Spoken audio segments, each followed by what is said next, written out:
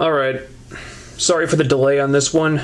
I've been really busy for the last week, and will remain so for the next 3 weeks. Plus, the power's been going out a lot because of the storm, so if I'm late on some videos for a while, that's why. If you don't get this video until after the pay-per-view airs, which is pretty likely at this point, that's why. Anyway, for the last couple weeks, I thought the show had improved somewhat.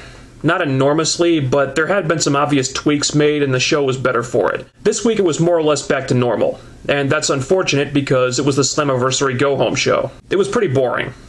Not that it was appalling or anything, but considering they've got one of their biggest pay-per-views this Sunday, it was not acceptable, and that mainly had to do with how they promoted the world title match. But before I get to that, I want to mention the Angle Jarrett segment. Putting my personal feelings about this feud aside for a minute, this was a very good segment. Easily the best of the show, because it was serious, it was focused, it hit all the right points, and it didn't get distracted by a bunch of stupid crap it didn't need. Basically, everything the Sting-Anderson angle got wrong, this one got right. And because of that, and because of the idiotic way they've chosen to hype Sting versus Anderson, this match, the Angle Jarrett match, is the main selling point of Slammiversary. This is the match in the best position to draw buys for the show, because this is the only match that's had serious, consistent build-up. Yeah, I didn't like the Karen stuff, but she's gone for now, thank God. Plus, on this show, you can tell Angle and Jarrett are the only guys that are fired up about this pay-per-view. Now, you can't say that about a couple of the others, but Joe and Crimson were only on the show for like 90 seconds, and the tag title match was only made last week.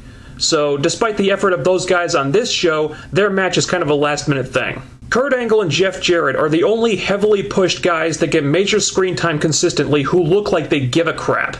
They're the only ones that seem to really care, the only ones who look like this is important to them, and the booking and writing reflected that. Now compare that to what they did with Sting and Anderson, an angle in which the focus is everywhere except where it needed to be. Sting is facing Anderson for the world title at Slammiversary. He comes out to confront Anderson here, but instead of focusing on Anderson, he's much more focused on Hogan.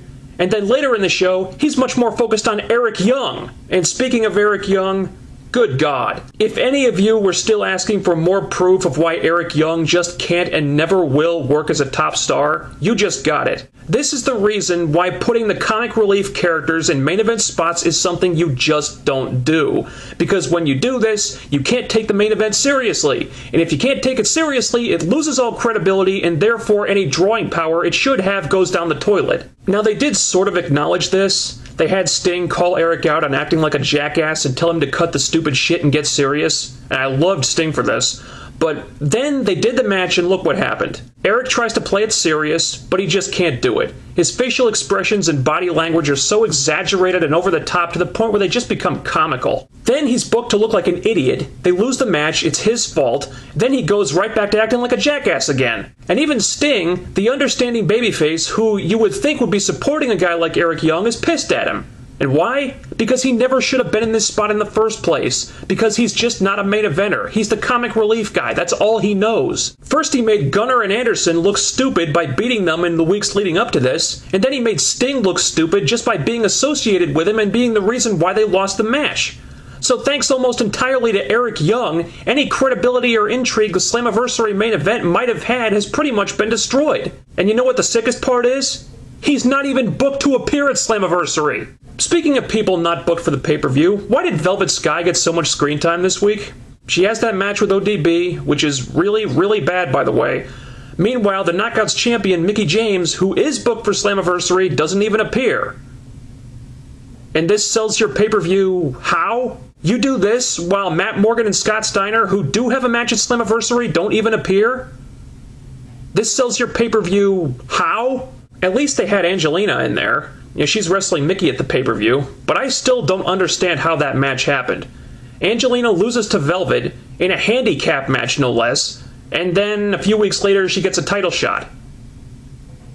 Because that makes sense to the writers, apparently. And one thing about Angelina that is just abundantly clear at this point, this zombie/time-traveling lesbians gimmick has killed her heat dead.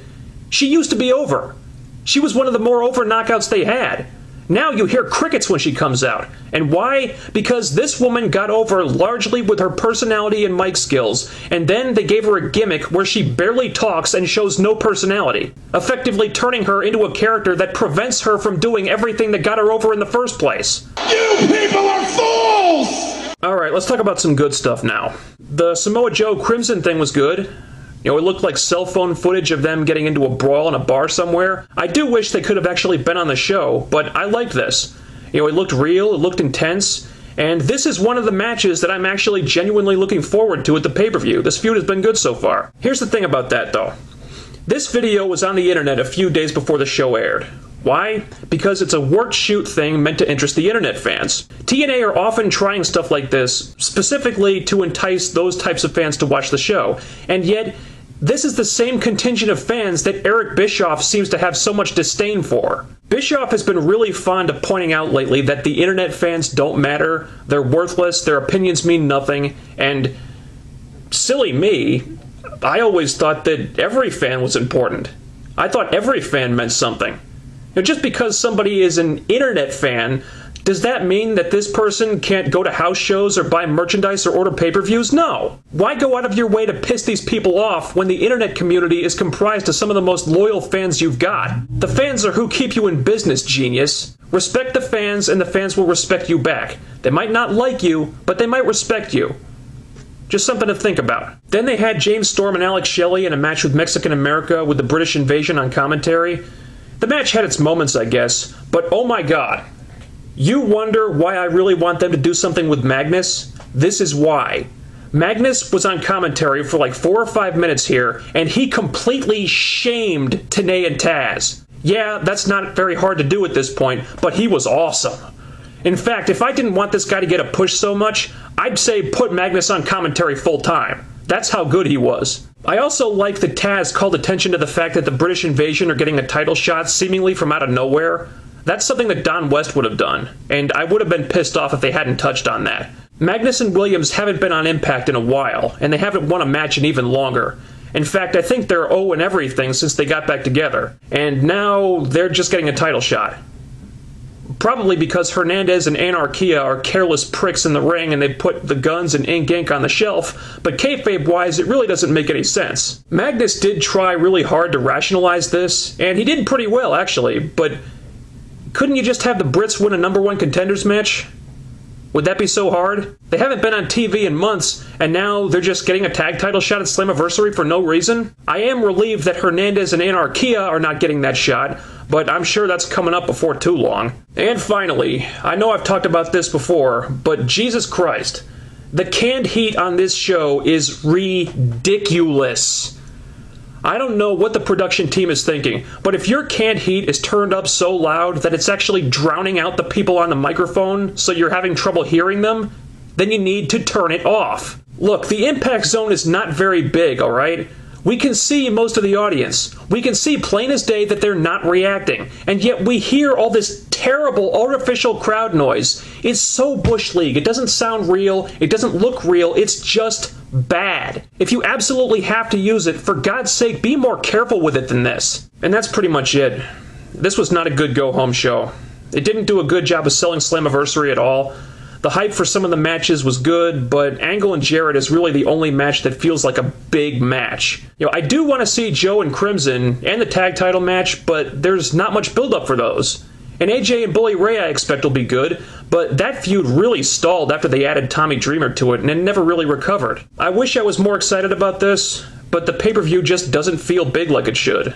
It might be a good show, but I'm just not that hyped for it. And that's not how you should feel about one of this company's supposed biggest shows of the year. Anyway, I gotta go. Sorry this video was so short, but I got stuff to do. Plus, I had to edit this thing and upload it, and the pay-per-view is in less than an hour and a half at this point. I got next Saturday off, so hopefully I won't be as late with the next video. That's all for now. See you later.